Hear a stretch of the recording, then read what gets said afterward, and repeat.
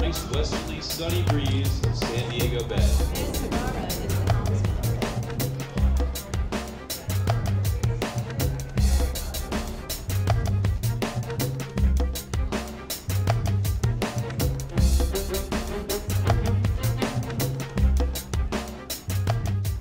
We think that there are about 50 to 60 turtles resident in San Diego Bay every year.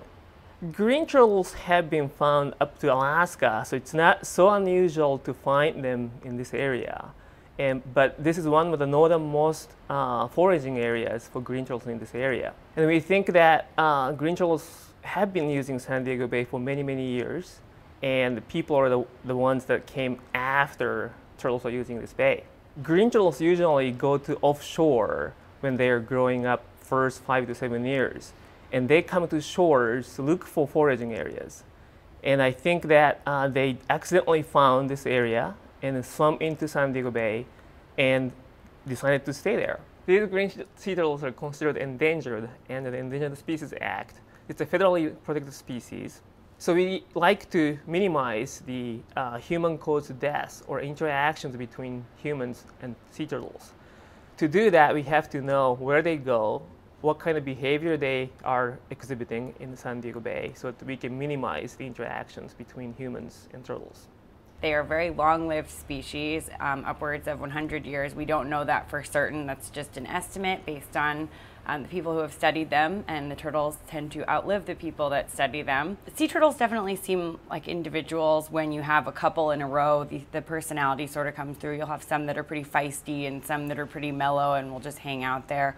The very first time I ever saw an adult sea turtle was in Florida, and having it come out of the water to nest, it's one of the most impressive things I've ever seen in my life. It really is like seeing a dinosaur in front of you because they are such an ancient species.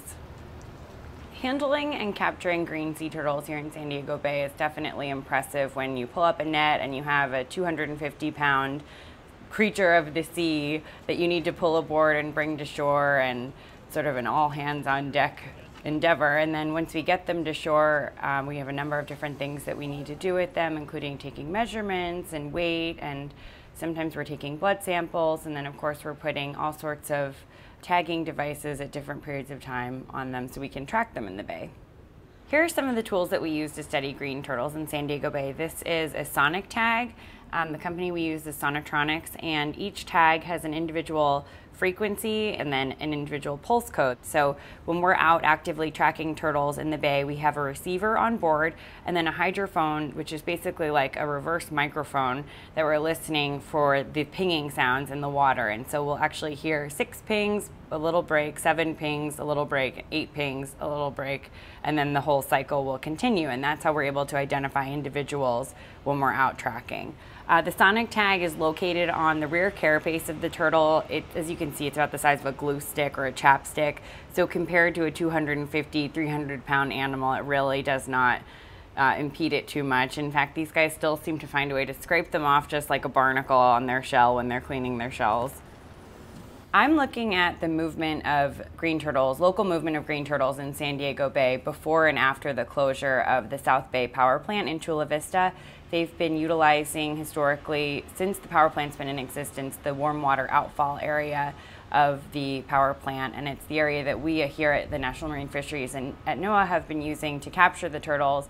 The power plant closed last year on December 31st, 2010, and so this will be our first full year of tracking the turtles post-power plant, and we definitely are seeing a marked decline in water temperature in South Bay.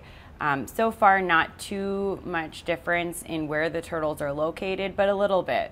So time will tell what we really end up seeing with that loss of warm water. That could potentially have implications for global climate change for other species in other areas that are experiencing either losses of these anthropogenic sources like manatees in Florida, or other organisms that are experiencing more natural changes in water temperature, but over a short period of time.